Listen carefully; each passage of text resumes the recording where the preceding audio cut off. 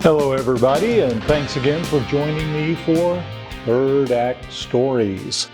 And today I thought I'd talk about the creativity trap, which I have often fallen into. Actually, a lot of times I've dug the creativity trap. I just keep digging and digging and digging until I find a giant hole that I'm in. And I'm not really here to complain about creativity in the world today or anything like that. I'm not here to give you any kind of advice on how you should be creative. I'm just kind of discovered a few things for myself. And for me, I've always looked at being creative and the creative things that I do as kind of a learning journey.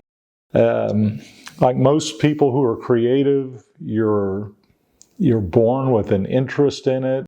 You know, for me, I was really interested in films. I used to listen to film scores before I'd really see the movies as a little kid. And, you know, it's one of those things where you learn about what it is you're interested in and you kind of go for it. And for me, I loved staging a story and telling a story. But there's a lot of different reasons why people are creative. And this may be actually one of my last videos for a while because I figured out why I'm creative and what I'm interested in being creative about. And for me, it started out differently than it is now. For me, originally, I wanted to be creative because I was, again, just so fascinated with movies I'd seen. And I wanted to figure out how to recreate that and do my own stories. And, I started doing, they weren't comic books, but I started doing sort of comic books as a young man. And basically I was writing movies and drawing them out in storyboard form. And I loved the idea of making a story and presenting it to somebody. But I found that a lot of times as a young man, especially, it tended to be derivative of other things that I liked. So I wanted to get more original, be more creative originally. And I started to do comic book characters of my own and stories of my own. I wrote several books and just had fun doing that. But again, it's about why are you doing it? And like a lot of artists, you can go down a list of reasons why you want to be an artist. I've got some artist buddies, and probably if you're watching, you know who you are, that say, I want to be rich and famous. That's why I want to be an artist. Well, and I probably haven't told it to his face, but told it to him to his face, but that's kind of, you don't hear of a lot of rich and famous artists. You do hear of some people who make a good living at it and who turned it into a business. And for me and for a lot of passionate people, that's not where you go. To be a good artist or a painter or anybody that makes a living at it is you really have to tell someone else's story. You have to paint someone else's painting. You have to understand your audience, and you have to be a good business person. You're going to know what sells, and that's what you're going to paint. That's never been me. That's never been a lot of the people I know. We do it for passions that come out of us, where we are. And for me, one of my original, I'm going to go back to movies because I enjoyed, again, all kinds of different movies, but one of the ones that I really got a kick out of was Star Wars. So early on, I'd gotten a job doing some comic book work, and one of the editors, the guy that basically ran the whole show, ended up moving to another company, and he called me up and says, hey, Bill, do you want to do some Star Wars stuff? And nowadays that sounds like a no-brainer, but back in the day, there hadn't been any Star Wars comics or movies or anything for about 6-7 years. There was kind of a hiatus after the first 3 movies that Lucas didn't do anything. I think it had something to do with maybe a divorce that he was working through or something. I don't know. Don't quote me on that. But what ended up happening was I said, yeah, sure, I'd be happy to do it. Again, not a lot of artists wanted to do it because people thought of Star Wars as yesterday's news, number one, and number two, they thought it was kids' stuff. And I tended to like to focus on doing wholesome family entertainment type work, and that's why I got the Star Wars thing. And I was consistent. I would produce the pages on a regular basis exactly as I'd agreed to, and there was no hassling with me. I was the easy guy on the team. And that always makes you successful if you want to be getting paid to be an artist. So I cranked out about 7 years of Star Wars stuff. You know, I ended up doing these essential guide books, which were fun for me because a good maybe third of the things in here, I just had a simple little description of what kind of character it was, based either on a book or something that was new. So I got to create a lot of Star Wars characters from scratch, which I had a great time doing. That was fun. Also did Star Wars comics for Dark Horse. That's actually what got the whole thing started. This is one of my covers, which I like. And again, it was fun work. You know, I've got tons of Star Wars stuff sitting around here. I've been giving them away for years for Christmas presents. But, you know, just Star Wars, Star Wars, Star Wars. I did like math books. They asked me to do math books. And a lot of this stuff was quick over the weekend. Hey, Bill, I got 3 coloring books we need by Monday. Can you do it? Yeah, I can do it, especially if you pay me. So that was my paying thing. Here's where the creativity trap sort of started. I got paid to do these Star Wars books, had a fun time doing it, but I wanted to do my own stories. I ended up doing an indie film called Matt Mercury. In fact, let's watch a second of it right now. Now, Captain Mercury, ready your mind for agony! I win! Bow to the Star Queen, or we will destroy you, Professor Brainwave. We realized she is the true face of our Star Queen. That's right, Brainwave. Now you shall bow before me. What, did we stop selling crazy around here and just start giving it away?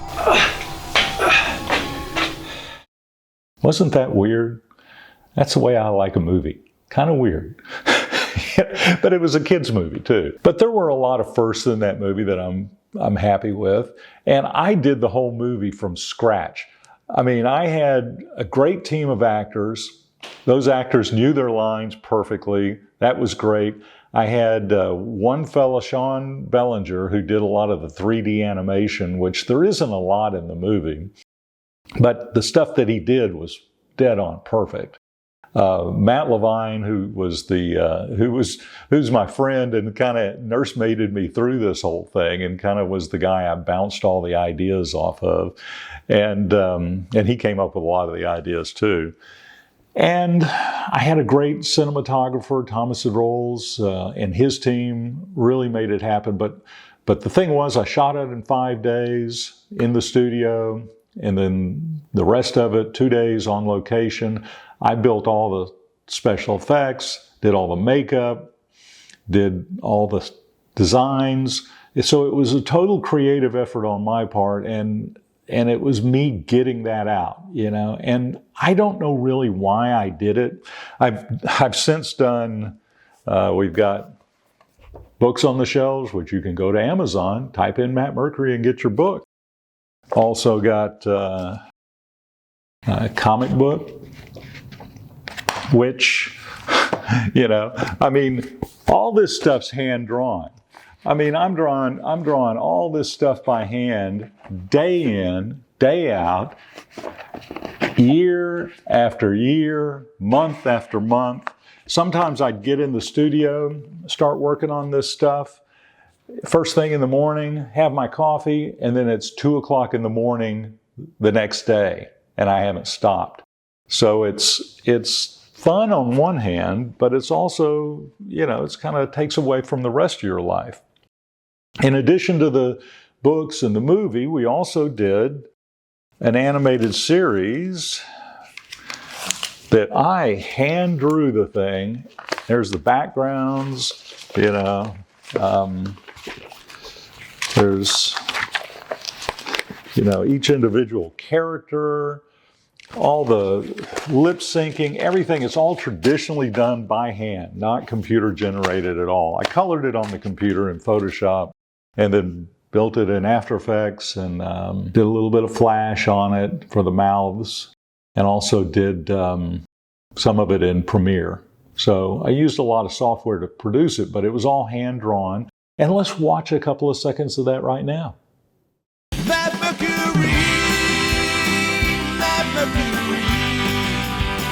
whose life belongs to those in need. So if you just believe and say the name, that Mercury, and say the name, that Mercury.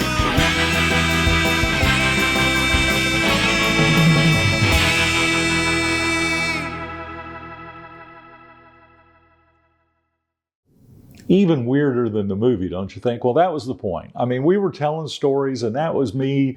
I grew up loving Star Trek and Star Wars, not Star Wars as much, but I loved, Star Trek, old television, Lost in Space, all that fun stuff that was on when I was a kid. Well, I wanted to do some stories of my own with my own characters, and that's what I did. But therein lies the trap. In fact, I'm getting ready to tell you the trap, but I got to tell you this other stuff first. So when I got finished doing, or about the time I stopped doing these Star Wars things, Lucasfilm called me up and asked me to art direct the prequels, number 1, 2, and 3. And Doug Chang had been doing some of these books, and I think he was in the run-in to do it too, which he eventually did do it. But I told the people at Lucasfilm no.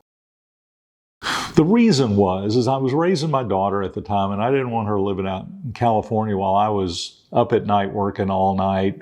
And, I wanted to spend time with my daughter, so I didn't want to go out there and do that. But also, they didn't pay as good as what I was getting paid doing big oil in Houston, Texas. But anyway, it's about decisions, and I decided not to do that. It's a decision I'm happy that I didn't do it, because big oil was very, very nice to me.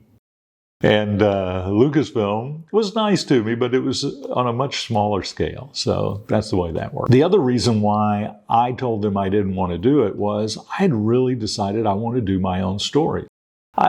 Something in me, my ego, I guess, or my desire, like my buddies, to be rich and famous, was wanting me to generate my own stuff, because I knew I'd never be rich and famous doing someone else's stories.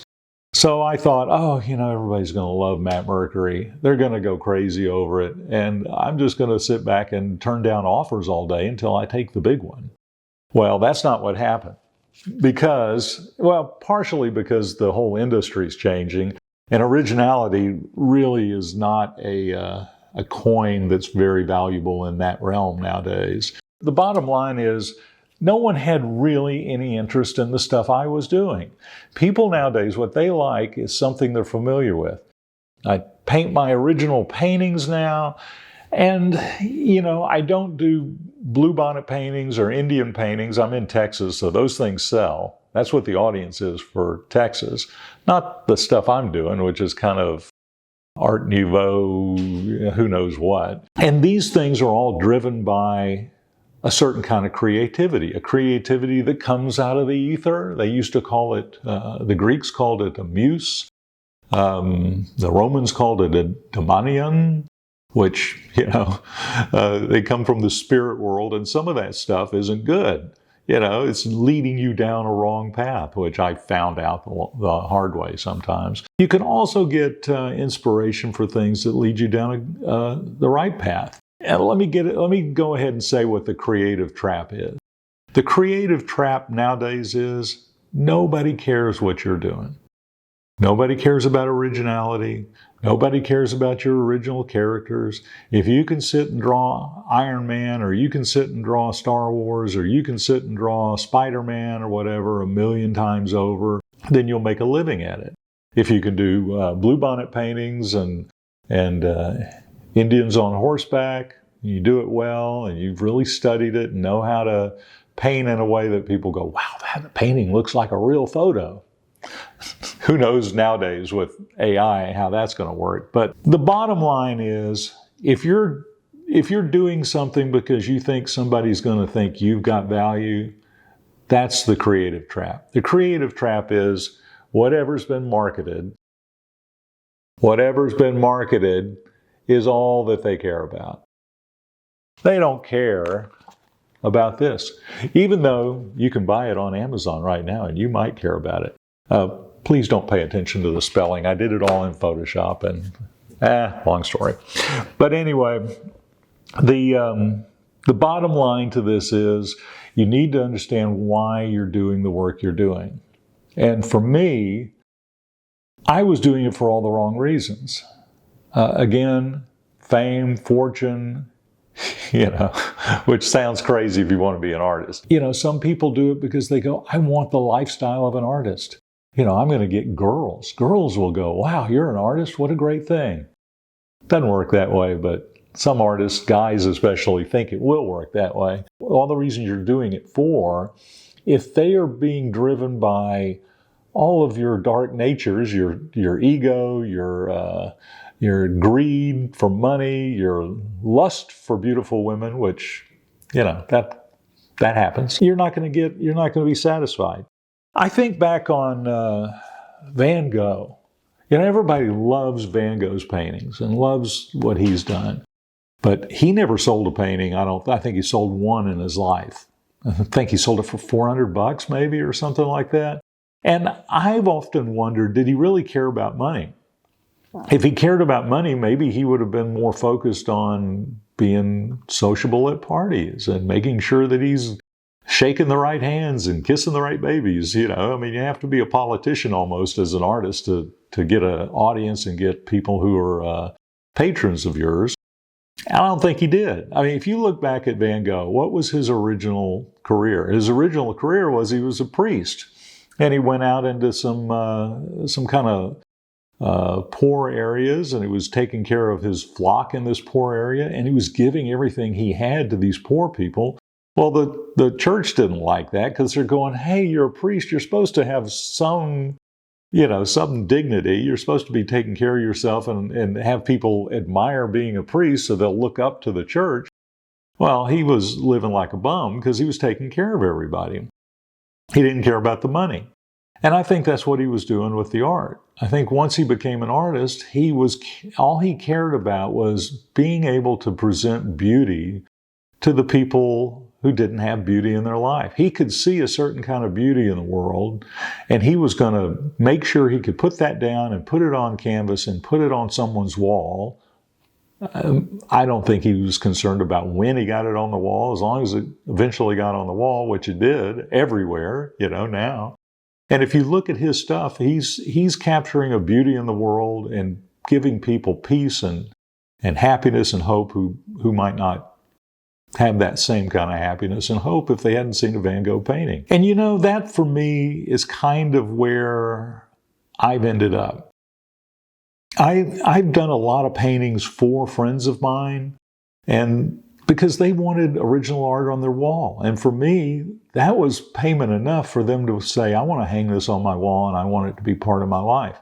And some of the best feelings I've gotten from being a painter is when someone comes up and tells me, Bill, that painting you gave me, or, WB, as I'm known in the painting world, if they come up to me and say, this painting, every day I see it in the morning and it changes my day. It gives me a hopeful vision of the day or the future or whatever. And that makes me feel like I did something of value.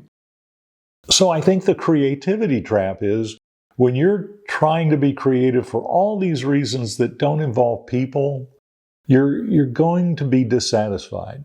But if you start being creative to bring beauty and peace and calm and some sense of happiness in someone's life, if those are your goals, you're not going to fail.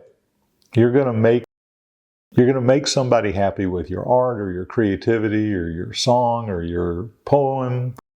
And stop chasing after the stuff that's getting downloaded into your mind by the muses of greed and avarice. That's not going to do you any good. That's the creative trap. It doesn't matter even if you get really successful at it. A lot of successful artists who aren't happy people. If you want to find some joy in life, do things for other people. Spend time with other people. Don't spend time on YouTube watching me talk. Go out, do a piece of art for somebody. Go out and spend time with somebody. Go sit on a bench with somebody. Go sit on your back porch with someone and have some tea. Hold their hand. Those are things that make a difference. Sitting up all night long doing Star Wars stuff for someone who is going to consume it from anybody who gives it to them, you're just pouring slop down a hole after other slop. It's not gonna help anybody. It's not going to help you. It's not going to help the world. I'm not ragging on Star Wars, but I'm just saying any kind of marketed pablum is not something that does anybody any good. I started doing these thinking, I'm going to do these things on a regular weekly basis and it's going to generate interest. And again, I was thinking, I'm going to have a YouTube channel and people are going to be all about it. And that's doesn't make any difference to me, to be honest with you. What makes a difference to me is the time I spend with my friends and my family and the people I love, and going and seeing new things and sitting out in a meadow by a bubbling brook or whatever. Those things make a difference to me. So that's the kind of stuff I'm going to be doing with my time in my third act. Hopefully you figure out what it is you want to do in your third act. And I'll come back here occasionally if I come up with something that I think is interesting to say.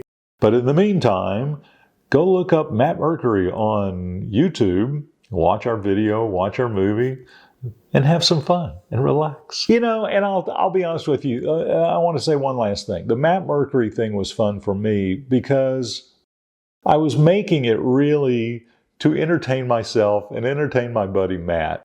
I mean, we can't find anything fun to watch on TV, and we'll start watching our Matt Mercury movie, and we'll just sit through the whole thing and just laugh and enjoy it, So for me, the fact that it made him happy, it made me happy, it was worth the hundreds of millions of dollars and thousands of extras. Again, y'all have fun in your third act.